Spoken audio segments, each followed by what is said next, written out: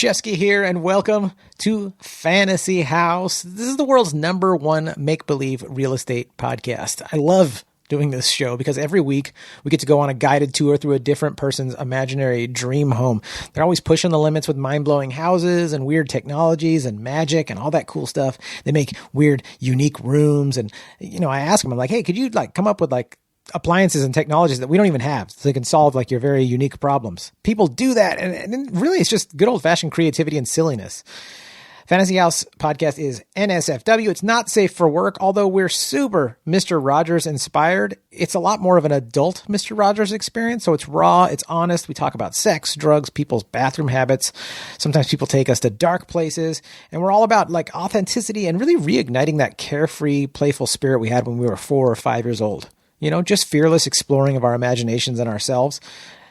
You remember that? I love that. I feel like we need that as adults too. And that's what I want to facilitate with Fantasy House. I want to inspire people to explore that again, get that feeling, that little fire lit inside for story time and imaginary make-believe time and just being ourselves. And it really is a great time. In Nathan Hurd's episode, he has a zero gravity room. So you just go in the room, flip a switch, and you're floating around. Jade Catapretta has a lazy river going through her fantasy house that has sexualized dolphins in it. Fifi Dosh has a private hot tub on top of a private mountain in her backyard. John and Tom from Chad Goes Deep, their fantasy house is actually a cloud that floats around like an RV in the sky. So they can go anywhere they want. Nick the plumber, he's got a live studio audience. So when he's with his family and he drops the punchline of one of his dad jokes, he gets a real applause. Joel Jimenez loves to cook, and by the way, is an amazing cook. But in Joel Jimenez's fantasy house, he doesn't want to clean up. He hates cleaning up. Loves to cook, hates cleaning up. Well, he's got a kitchen that washes itself. In episode 94, Mike Ishak's kitchen is just a portal to his aunt's Indonesian kitchen, so he can have ringdung anytime he wants, which I've never had ringdung in real life, but we had it on his episode imaginarily, and if it's anywhere as delicious as it is fun to say, it's got to be good, right? Ringdung. Jeremiah Watkins did a Halloween episode, and his toilet paper dispenser is a mummy that you just unwrap and wipe your butt with. Nat Baymel doesn't even have a bathroom. Speaking of bathrooms, he simply has a wizard that anytime you need to go, the wizard appears and just makes your bowels empty. Just abracadabra, poof. Or poop, poop, poof. So cool, right? Every episode is brought to you by me, Jon Shefsky. I am your local Southern California realtor. Not just a fantasy realtor. No, a really real realtor. And I would love to help you with anything real estate related, whether you're thinking about buying a house, selling a house, maybe you're interested in why I love multifamily apartment buildings, any of that. I would love to be of service. And if you're thinking, John, I don't care about real estate at all, that's great. But I know you know someone who does. And you got to let them know. You got to say, hey, before you go making any moves, you got to talk to my boy, Jon Shefsky. He's a really real realtor, and he would love to be of service. And I really would. And even if you're not in SoCal, I can still help you because I have a referral network all over the country with some fantastic agents, and it's growing all the time. So check in with me. Let me know, because I got agents in Nashville, in Chattanooga, Austin, Texas, Boise, Idaho, Phoenix, Arizona. I got you covered. And like I said, that list is just growing. So just think of me when you're thinking of real estate. Be like, I'm going to hit Shefsky up before I do anything. Just send me an email, fantasyhousepodcast@gmail.com. I'd love to be of service or help in any way.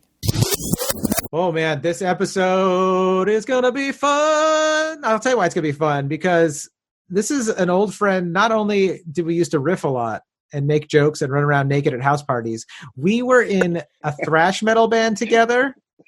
And we've just been through it. We've had some rockin' amazing times, and we always have great conversation, and he's just a great dude. So I'm super excited. Arthur Copeland is here, and we're going to have a blast. He's going to take us on a tour of his fantasy house. And now, in the words of the great Angelo Bowers, let us do this.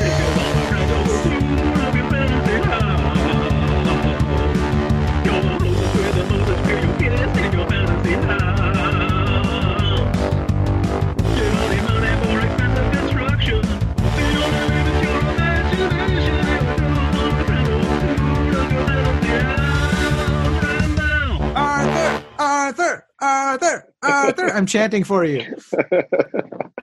What's going on, man? Oh man, I'm super, super excited to get creative comedy with you. This means a lot that you're able to make time to do this. Yeah, of course. I'm sad we didn't get to do it earlier, and then life just got in the way of everything. But I'm happy we finally got to do it. Oh, dude, all it took was a global pandemic and Arthur had time. I love it. Our schedule's matched up. You at home? Yep. You at home? Yep. Let's do this. Exactly. What else are we gonna do? Oh, dude. So it's perfect. I know. Yeah, no excuses anymore for the fantasy house requests. Yeah. If somebody tells you they're busy, you're like, are you a frontline or not? Because if you're not a frontline worker, you're a fucking liar. I make you Zoom so I can look you in the eyes. Are you frontline? And you do the Larry David. Yeah. You're not frontline? Well, then we're doing this podcast right now. You've already got the link. Oh, dude. So for the questions that I sent you, I think the one that you decided to go with was a historical figure. Like, who's a historical figure that you admire and why? This is going to be exciting. I want to hear this. Yeah, I mean, for me, it's like, I don't know if it's cliche as a for your guests who don't know, I'm a black man. But yeah, it's an audio podcast. Guys, we're all into imagining things on Fantasy House. Imagine Arthur is a black man. Just imagine. No, it's actually Barack Obama, but not for the reasons that I think a lot of people might say in terms of like politics or anything like that. I just want to talk to somebody who's had that level of power, who's like the first to do it in the African American community, and what like that pressure must have been like to be like, don't fuck this up, man. Like, oh yeah, you're the first one, and like you could either be the first of many or the first and last. Yeah. And like I would just want to know like how you wake up every day with that level of pressure, that level, because in a sense he has no peers. You know what I mean? Like Michael Jordan can talk to LeBron James or Kobe Bryant, or if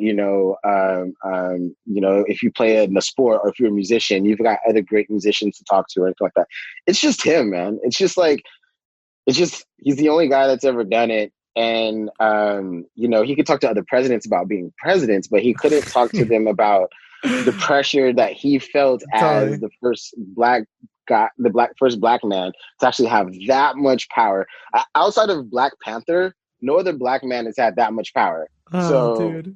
I just want to know like what it was like. Like, did he wake up and look in the mirror and was like, dude, just try not to like ruin everything? The Obama fake it till you make it self-talk. Yeah, exactly. He's looking in the mirror. Just pretend like you got this. It's totally fine. Yeah, like just like let's just I just would want to know like what his mindset was, because I'm sure he'll say the right things. He's a dignitary, so in every interview he does, in every book he writes, something like that, he'll always toe the line. Yes, he'll let you know some of the insight, but I'm sure like when he's like with his friends at home, and he's just like, dude, let me tell you about today. This shit was crazy.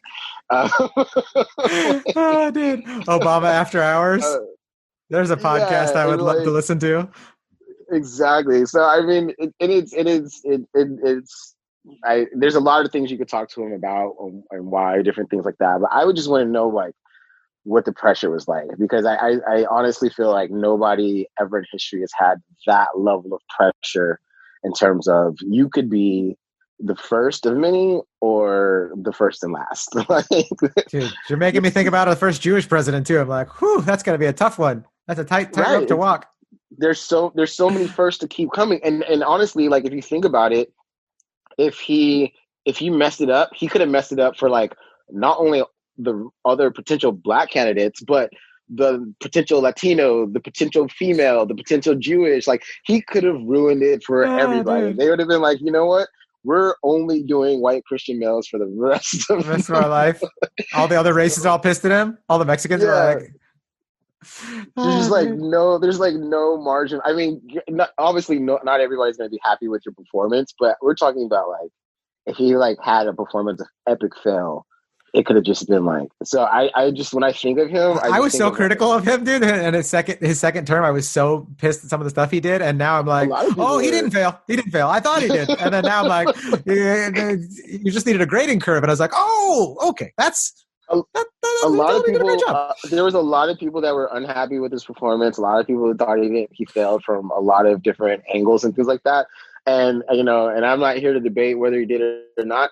I just want to know what the feeling, like, how did he feel on those days where you're just like, okay, like we just can't ruin it for the next generation. And so yeah, that's my own. I would have been so nervous if I was him. I was just picking up my phone like to answer, but like, just don't say the wrong thing, just shaking as your iPhone comes up to your, hello? What do you want me to say that won't get me in trouble? Basically, it's like being married. Being Barack Obama, the first black president, is just like being a married man. What can I say that will not get me into trouble forever? What's right? I mean, I don't have the nerves to take like the last shot of an NBA game, and that's only like a 3 second. That's like a 3 second moment in time. He had like a 4-year 3 second moment in time. Like, well, you've seen the photo, how much he aged. You've seen him, and like, damn. Yeah. Like, Obama looked so young when he first started. Every day he woke up, he was like at the free throw line, shooting to win the NBA title. Like that's every morning when he woke up. Oh, like, God! So yeah, that's a lot of pressure. Yeah, for real. How are you doing through the pandy? Anything interesting? You're staying safe. You're with your girlfriend. Yeah. I'm getting married, which is great. And I would be getting married at some point if it wasn't for the pandemic, but I don't know if I'd be already engaged like I am. So that's a great thing. And it's actually given me time to do a lot of different things. I've picked up the bass and trying to learn the bass these days, which is a lot harder than I thought it was going to be. So I haven't smashed into anything yet. So that's good. I started a business with some friends. What are you guys doing? We're doing we're doing a fitness lifestyle brand that's centered around asking Obama how he handled his pressure. Yeah, exactly. In powder form. It's Obama gym wear. No, it's really centered. I don't know if we never talked about this, but I used to compete. I used to be a bodybuilder and compete in fitness shows and fitness. We've talked about this before. Like, you mean in our whole life, or just now in our conversation before we hit the record button? Just before we hit the record button. I've seen your quads and your calves. I know you used to compete with those beasts, those pistons. But one of the things that really irked my nerves is like the fitness industry and as a whole, who tell you things like, you can't have carbs, or you never get to have a Snickers again if you want to have a 6-pack, or, and so I wanted to create something where we teach and promote healthy balance in life. And, I don't believe in diets. I don't believe in giving up any particular category of food. I believe in balance. I believe in working hard to earn everything you want in terms of reaching your fitness goals. But outside of the times where I was literally going to go on stage and what constitutes a thong, and my body was going to be dissected from every angle, literally. Outside of the weeks prior to that, I've never been on a diet. I've never cut out any food group, or I have. I'm not a big dessert eater, but I will eat desserts and things like that. And I love dessert. But what I do is I live in the gym and I work those calories off and I earn them. So if I run 2 miles, if I spend 2 hours in the gym, guess what? I'm not going to feel bad about having that cheesecake after dinner or whatever. And so we really wanted to promote kind of like the anti-fitness industry, meaning we wanted to do it on a couple fronts. One, we're a minority-owned business, so we wanted to be one of the few that are out there. Two, we wanted to promote things like, if you look at the fitness industry, a lot of those guys that you see are not tattooed, no beards, clean cut, crew hair. Like, we wanted to dismantle that whole thing. So all of our models are going to be a little bit more rugged, more like, the guy who's fit but works construction rather than the guy who's fit and just waxes his eyebrows and balls. Yeah. We wanted to get rid of that. We wanted to get rid of the you have to shave your chest every day to show your abs kind of situation. We wanted to dismantle that. And we wanted to dismantle this whole notion that you can't live a rewarding life in terms of what you eat, what you drink. That's great. And where you can go to eat. and still be fit. So You don't have can to be trade fit. them. You can have them both. Yeah, you don't have to have either or. You can choose. Like I said, outside of the times where I was literally going to be in my underwear being judged on my body, there was like 6 to 8 weeks prior to those moments where, yes, I would diet, but I was dieting for a goal. So the diet wasn't just to like be healthy per se. It was to go beyond being healthy. It was to go to a next level. But outside of that, I've never dieted, and I would, without sounding like a jackass, I'm a pretty fit guy. So I can attest to that. Can I ask you this though, Arthur? If you couldn't maintain pretty fit right now, even with all that you do, would you be able to diet, or would you settle for not being a sexy motherfucker? No, I will always be a sexy motherfucker. No. Good answer. It was a trick question. It's not physically, it's what's on the inside that makes you a sexy motherfucker. Yeah. Why do you think I'm seriously married? though. No, seriously though, like if you looked in the mirror and didn't like, because I'm someone that's like, I've always struggled with, like, I've always been super active. I love being naked. I love like sports. I'm not lazy, but I'm also not lazy in a voracious appetite and wanting to, really enjoy. I have a sweet tooth. I love food. And like, even at times throughout my life, like there's been so much of my life where I like looked in the mirror and I hate my body. And I feel like a trans person where they're like, I should be a woman and I'm a man, or vice versa. I've always been like, no, I'm cool being Jon. But like, I should have a better body for how much like I work out and how many sports I play. And I look like shit and I have love handles. And it was a source of a lot of like misery. And as I got older, I kind of got rid of a lot of that from fasting and whatnot. But it took a lot more for me to be able to reach. And I look like shit too. If I lift my shirt up, like I still have a flabby body, but like there's muscle under it. There's a lot of sit-ups under it. There's a lot of good stuff. Right. So, but when I like, so someone like you that like has just always, since I've known you since we were kids, you've had an amazing bod. Like you're able to not do that. But would you trade if you found out like, hey, I still want to have a good body and I can't just like eat how I want and like just exercise how I want? I have to do more. Would you trade that? Yeah, I mean, as I've gotten older, as I approach 40, it's a lot harder to maintain some of the things that I could just like easily maintain when I was in my 20s and things like that. So your body's going to change for regardless, whether you want it to or not. It's going to change. I think there's two main components about that, and it's also behind the philosophy of our brand. And it's really one is you're always going to be your own worst critic, and so you're always going to look at yourself in a way that nobody else actually sees you. So for instance, for me, I was always a skinny kid. While I had an athletic body, I'm short, I'm 5'7", and I was always really skinny. I mean, when I graduated high school, I think I was like 130 pounds, like when I graduated. And now I'm 180 pounds. So I'm like almost twice the size that I was before. But when I look in the mirror, I've won fitness competitions, I've got trophies, all that. When I look in the mirror, I still see the same skinny kid. I still go to the gym on a regular basis with the idea of I got to get bigger, I'm too small. Yeah. So, and that's I have that complex, even though like my logical part of my brain recognizes that no, I'm not skinny anymore. I have to tap into that to realize that I'm not skinny anymore. But my eyes immediately, when I wake up in the morning, I look in the mirror, it's like, bro, we've really got to work on these shoulders. Like, that's the first thing I think about. Yeah. And so you're always going to see yourself the way you've always seen yourself, no matter how much you change your body. So you can diet and you can lose 50 pounds. You're still always going to see yourself. If you're skinny, you're always going to see yourself as skinny. If you were always chubby, you can lose 100 pounds and still see yourself as chubby. Yeah. And you feel like Cinderella, where you're like, if I fuck this up, dude, I'm turning back into a pumpkin. This is such a bummer. So you have to be aware that like you're really, honestly, nobody's ever really been satisfied with themselves. I'm talking about pro bodybuilders and everything. Why do they still go to the gym? Like, you've already won Mr. Olympia. Why do you still go back? Because you feel like there's always more you can do. So that's one. And number two, my personality was just not let me ever give up in that sort of way. So I will always, I mean, when the pandemic first hit, gyms closed, couldn't go anywhere.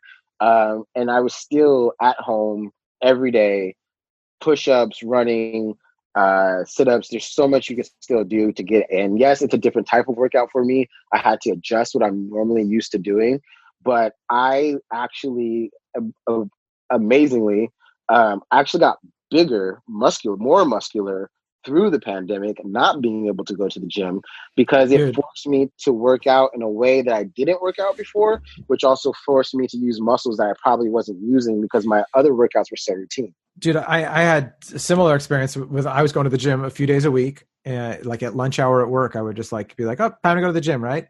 And having great workouts there and whatnot. But dude, I work out so much better at home, and it cuts into less time. So I work out more often. Like I was going maybe 2 days a week, and now I work out 3, maybe 4 days a week at home too. So I'm just like, by the way, do you know where I can get dumbbells for a decent price? Because the price on dumbbells right now, I don't want to spend $200.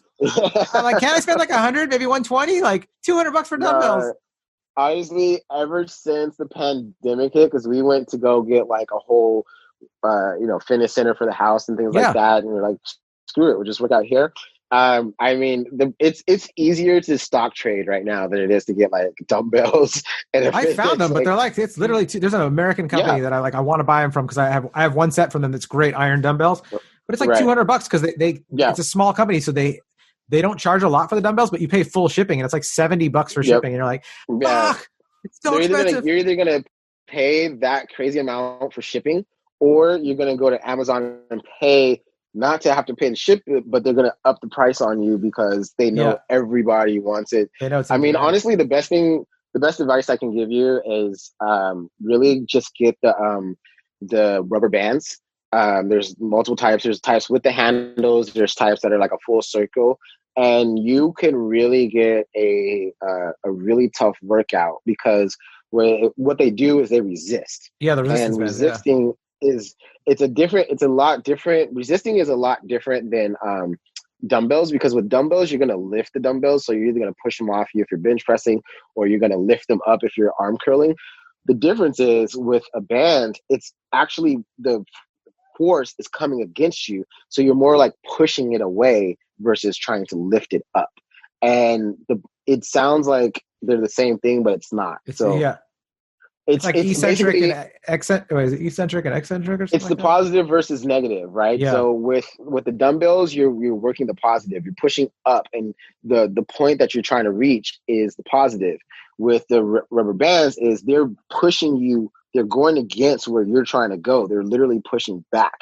Not just like it's heavy, but it's literally trying to contract back to its correct form. So it's working the negative the whole time, and the muscles that work the negative are different from the muscles that work the positive. So that's what I did. I bought a set. I do have a workout bench with dumbbells, but we had it pre-pandemic, so that was, thank God. Yeah. But I bought 2 pieces of equipment since the pandemic. I bought resistance bands and I bought a jump rope. And jump rope. That reminds me that I want one of those. I don't have a jump rope. I would love a jump rope. Get a jump rope. I mean, 10 minutes of jump rope a day will change your life. Honestly, it's one of the hardest forms of cardio. That is great advice. I hope our listeners got that. Guys, did you hear that? What Arthur just said? 10 minutes a day of jump rope will change your life. Are you still drumming all the time? No, I'm not. I have because I lived in an apartment in LA for the last 15 years. So drumming really wasn't, I mean, it's an option, but in order to not have all my neighbors hate me, I stopped drumming. Yep. I actually play the piano now. I have a keyboard. And so the finger drums. Yeah, exactly.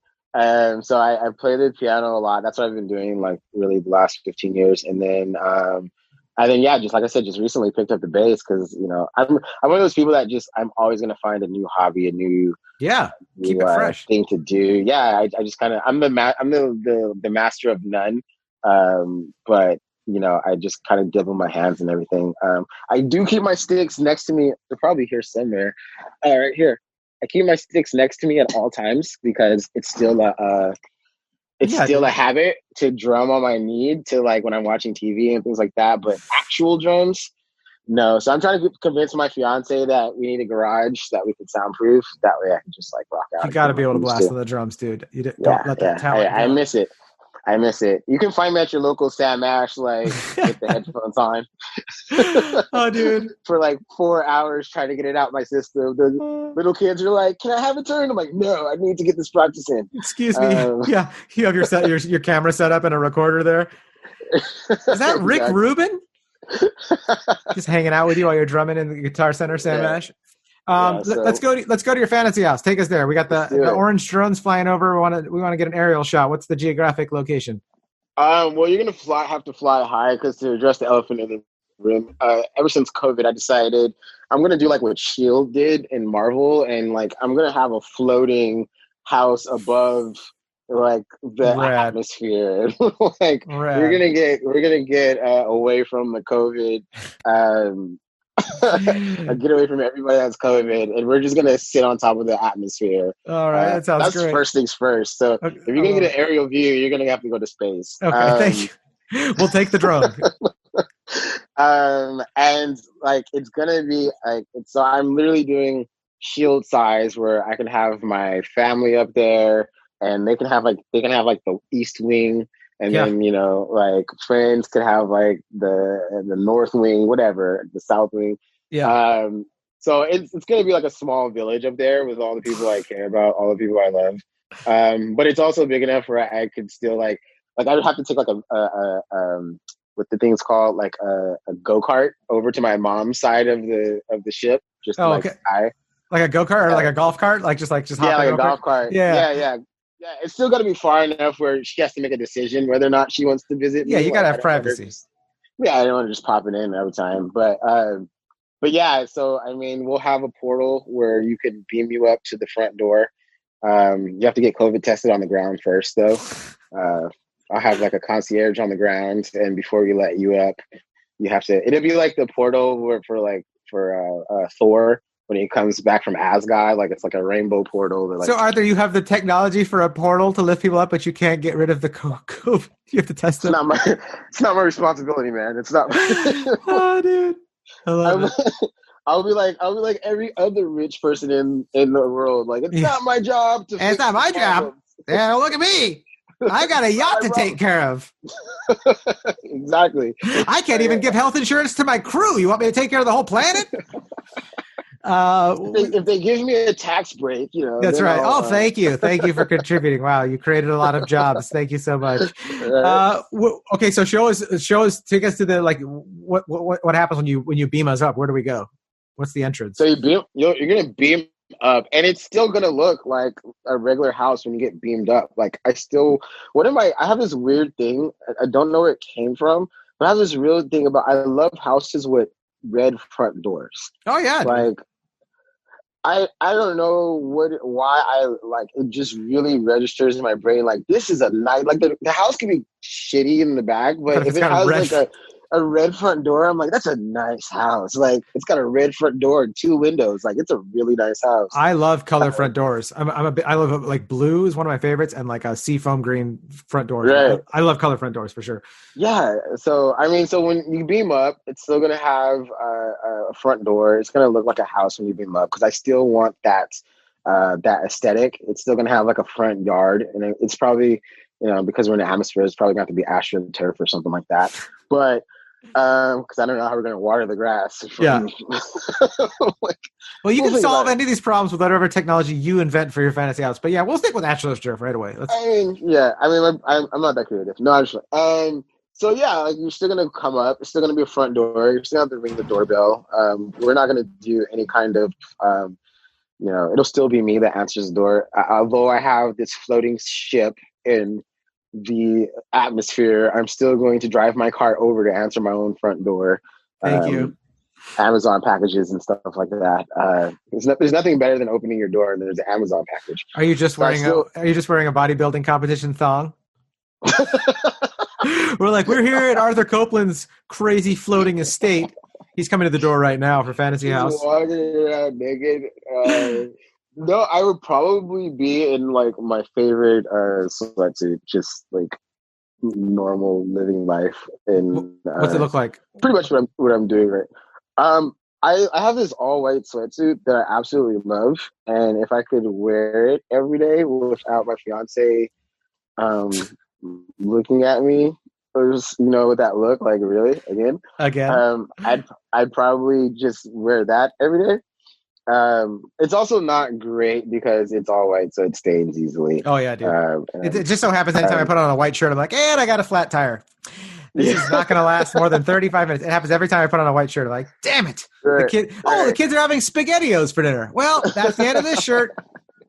Exactly. Yeah, I know. It'd be that, and most importantly, it would be my my UGG slippers, which I live in. I'm not sponsored. They don't pay me to say that. Are they just super comfy? Yeah, they're honestly. I thought all slippers were slippers, and it's just like a thing. But then I don't know. I was at Nordstrom's Rack a couple years ago, and they were on sale. I was like, I'll upgrade my slipper life one time. Oh man, you just gave me a consumer retail boner right now. Just waiting for that post-pandemic time when I can just go to the rack again and just be like, you know what? I deserve this business casual thing I want to buy. Yeah, dude. Just spontaneous. But I bought them, and it's changed my life. I would buy them and put them in every room in my house just so like whatever I'm doing, if I forgot my slippers, they're just like right there. Like, oh, we're in the kitchen. I forgot my slippers. Oh, there they are. I feel like I that's in an imaginary fantasy house way that I brought that as like the gift coming to your house is like it has your initials on it, just written on them, and like these are from Fantasy House to you. If you did that, I would be like, John, let me walk you to your COVID-free room where you can stay until the pandemic is over. Oh, hell yeah. I already wanted to stay. Family. Yeah, bring the family. You guys are welcome. Thank you. Post-pandemic or for as long as you want. I mean, you never know what's going to happen down there on the ground. You sure I can bring a 2-year-old and a 4-year-old up to your floating fortress, sir? Well... they're not going to be much different from me because I'm basically an overgrown 2-year-old. There you go. Oh, perfect. Well, then they're staying with you. Okay, yeah. So let's go to your kitchen. I want to see what your kitchen's like up here. Kitchen. So I have like an all stainless steel kitchen. I don't know. I like that clean. I was thinking like I would want like a refrigerator where it has like my favorite home cooked meals for my mom and my fiance. Just like how you have those like food delivery packages where like the food's already like plated and all you have to do is just warm it up and dinner's ready. Like I would want that in my fridge, like a huge fridge where I also saw this one thing really that just blew my mind recently. I saw a walk-in fridge in a house. Yeah. That blew my mind. And so I would want a walk-in fridge, and I would want it to be sectioned off by like all the different categories of food I like. So like we'd have like the Mexican food section of the fridge, and then we'd have like my mom's Louisiana Southern food section of the fridge. Oh, it sounds so good. And what would you bust out right now if you're like, all right, here, let's have a couple of these meals? Like, what would you serve up from your mom's food? Well, my favorite meal ever is it's because my mom's from Louisiana, so everything's seafood. So it's catfish, fried catfish, red beans, fried catfish, and rice, red beans and rice, cornbread, and probably I'd have a po' boy sandwich on the side. I don't know if you know what po' boy sandwiches. So much carbs. Oh, I love it, dude. So you're gonna fry the shrimp and then put it in the bread. Okay. And the fried catfish? Yes. Can I stuff some of that in there too? Oh my God. Yeah. Yes. Have you ever had a po' boy? Have you ever been to Louisiana at all? I haven't been to Louisiana, but I mean, anytime I've been to any restaurant that has po' boys, I've had them. And I love, we used to have a place in Chino Hills that had fried catfish that was super good. Yeah. So I'll tell you. Oh my God, my mouth is watering. If you haven't had one in Louisiana, then your life hasn't fully been changed. Like you think, but you have no idea. Okay. Like, no, I'll take that as a challenge to go to Louisiana once travel resumes. Yeah, that's gonna be the first place you got to go.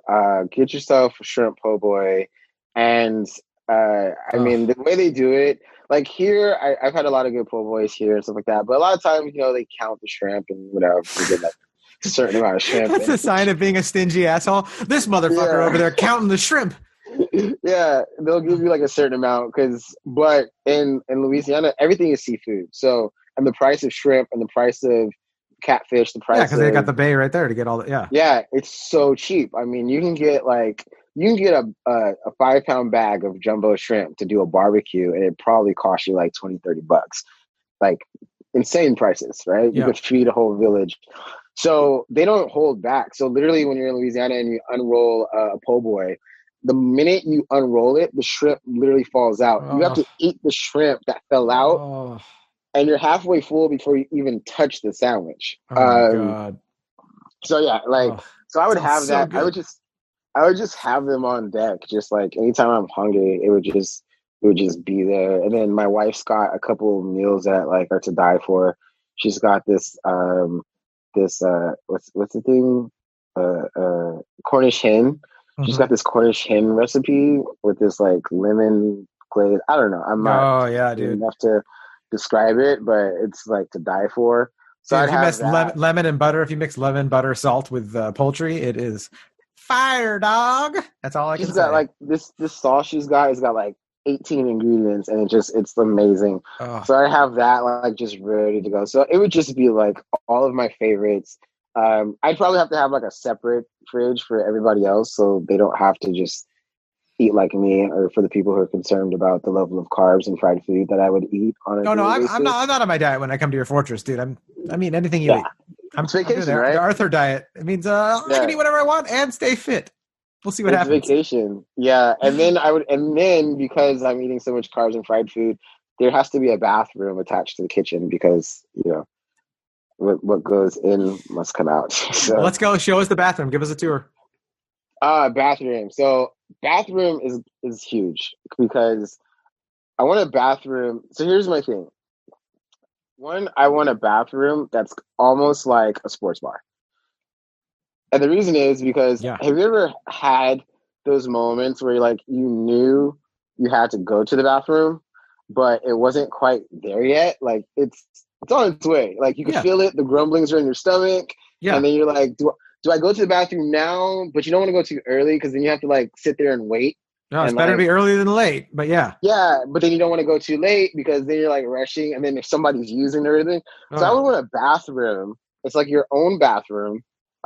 It's got like a 70-inch television in there. It's got one of those like mini pool tables in there that converts to like a pool table that converts to an air hockey table. Oh yeah, or dude. like it's got like a Nintendo, so you can literally once you feel like it's almost time, you can go in, reserve the bathroom, and then you can wait till it's actually time. But you don't have to just sit there on your phone looking at TikTok videos as you wait to digest your food.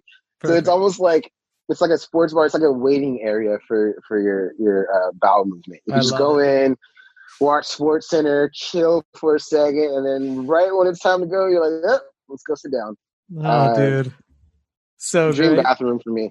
So great. I love it. Dream bathroom. Like I don't have to miss a thing. Like I don't have to like miss the movie I was watching because all of a sudden I have to go to the bathroom. It's like no, just continue the movie on in the bathroom. What movie would be on right now if you were showing us the bathroom? What would it be?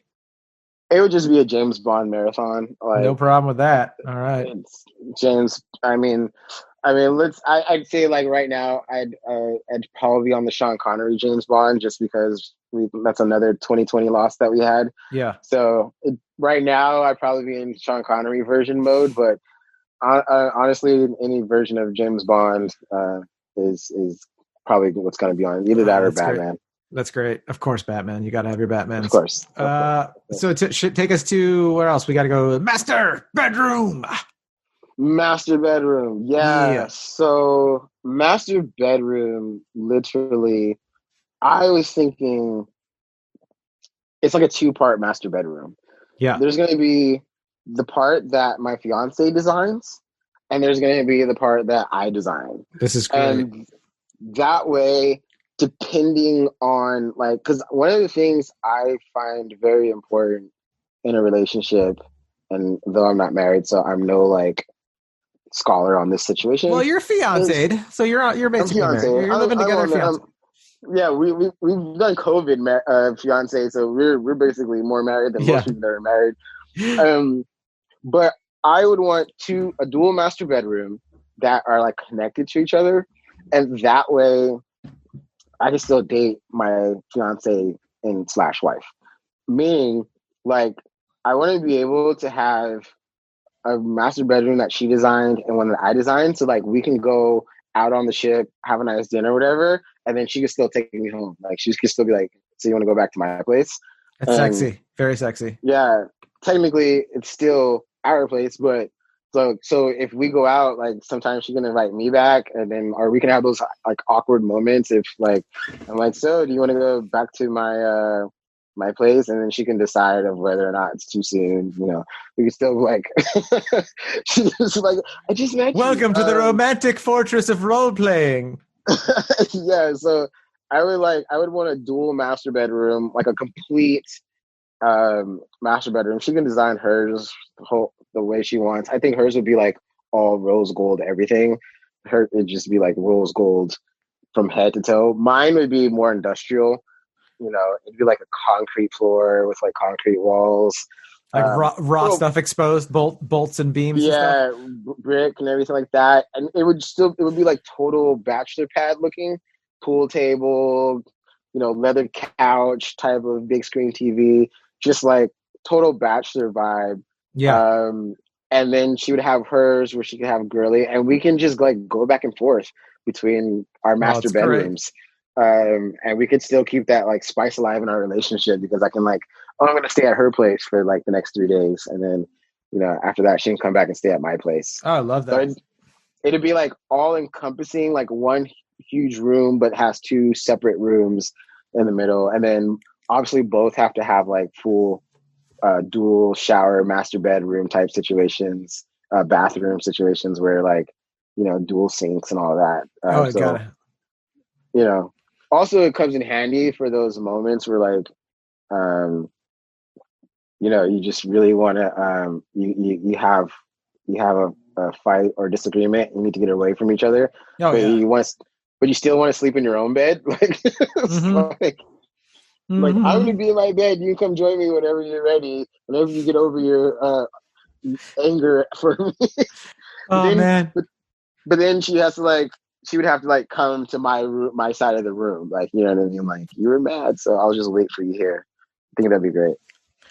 Where else? So we've got time for one more room. There's got to be another room, right? Is there one? Yeah, definitely. So we'd have to. So one more. Let's see. Which one do I want to go to first? You know what? Honestly, I would be remiss if I said I didn't have like. So you would go in through the study / library. Yeah. And you would have to play the 2-tone note on the piano. Which then takes the elevator down. Hell yeah. To my full life-size complete replica of the Batcave. Yes, sir. Like, I'm talking, and everything that comes with it. I'm talking, I have my choice of cape and cowl, whether it's the gray with the blue tights for like Adam West version, or like even the weird, awkward George Clooney version that had lights on it for some reason. Yeah, dude. Like nobody ever knew. Like, why does your chest light up blue? Yeah, you don't understand. What kind of alpha male has a light up chest? Why didn't they just make the nipples into headlights? You weirdos. Right. And then all the way up into the Christian Bale version where you can actually turn your head from left to right because the cape and cowl weren't connected, which was like blew my mind when that first happened. Yeah. We'd have the Batmobile in there, the Bat Cycle hanging from the sky. We'd have the Bat plane. Like I'd have it's a full life replica of the Bat Cave, and that way, literally, when my friends come over, it's like, yo, I'm gonna be Batman. Here's the Joker fit, like, and we can really be like when I said I was a 2-year-old, a 4-year-old, this is dude. what I want to do. You're gonna play cops and robbers like Batman and Jokers. Yeah, I really want to run around the Batcave and like just like chase my friends and like try to batarang them with with like a rope, and it'd be the complete Batcave. We'd have a fully stocked bar because nothing would be more fun than being drunk and pretending I'm Batman. What are we drinking? Batman costume. What are we drinking? I got a stomach full of po' boy. I can eat. I can drink whatever I want. I drink nothing but whiskey straight. So. Oh yeah, dude. What kind of whiskey? You're drinking with. It's either gonna be it's gonna be the Blue Label probably most often. Smooth. Like, do that Blue Label. I probably break out the Macallan when we're chilling, and then I think one of my, since this is my fantasy and I can do what I want. I don't know if you know Oban. Yeah. Totally. Single barrel. Yep. Maybe some single barrel in there. I mean, there would be no low end whiskeys or scotches or anything like that. It's just gonna be all high end. Like, oh man, fun times. I'll drink any whiskey, from well whiskey to the fanciest. I'm good with anything. But because I also like a splash of water, maybe a cube in there as well. But yeah, dude, like anytime I've been around fancy whiskey, I'm like, whoa, this is cool. So I definitely would, especially if we're all dressed up in Batman garb. It'd be so much fun to just be getting drunk with you in a Batcave. I mean, what could be more awesome than sitting in a bat suit, drinking like a Blue Label, complete chilling, like sitting on top of the Batmobile, watching my Niners lose again. Oh, dude. Just watching UFC fights and like completely try to mimic the last round like McGregor just had. Like, all right, you be McGregor, I'll be whoever, I'll be Diaz, and like reenact it, but in a bat suit while we're drunk. Hilarious. I think that's like grown man play in its finest to me. That's what's happening during the credits rolling in Fantasy House. Is we're just standing there drinking as credits are rolling and we're in the background. Exactly. You're slapping me around. You're the Joker. I got my other friend over there. He's got the red hood on. You know, so funny. It's just complete hanging out. Yeah, man. That's pretty much it. So great, dude. Thank you so much for taking us there. Ah, man, it's fun. I'm so glad we got to do it. All right, Arthur. Where should people find you? Go to Instagram and find us at Life of Gods. And it's LOG for short. You'll see us. We're still building a lot of the content on there. We want to create that online shop so you can get that online shopping experience when you go. But if you go to Life of Gods on Instagram, you'll see we're going to be posting nutrition facts and some of the cool logos that we have are already up there. So yeah, check us out there. Guys, thank you so much for listening. Go ahead, follow Arthur. Go to Life of Gods on Instagram, and we'll tag it in there too, so you guys can find it. I hope you guys enjoyed the episode. Hit the share button. Send us to someone that you know. Help the podcast grow by giving us a review. And if you haven't hit that subscribe button, as they say nowadays, smash the subscribe button. Smoosh that subscribe button and be a subscriber. Be part of the Fantasy House community. All right, you guys. #blessed guest. Be silly. Have fun. Mwah!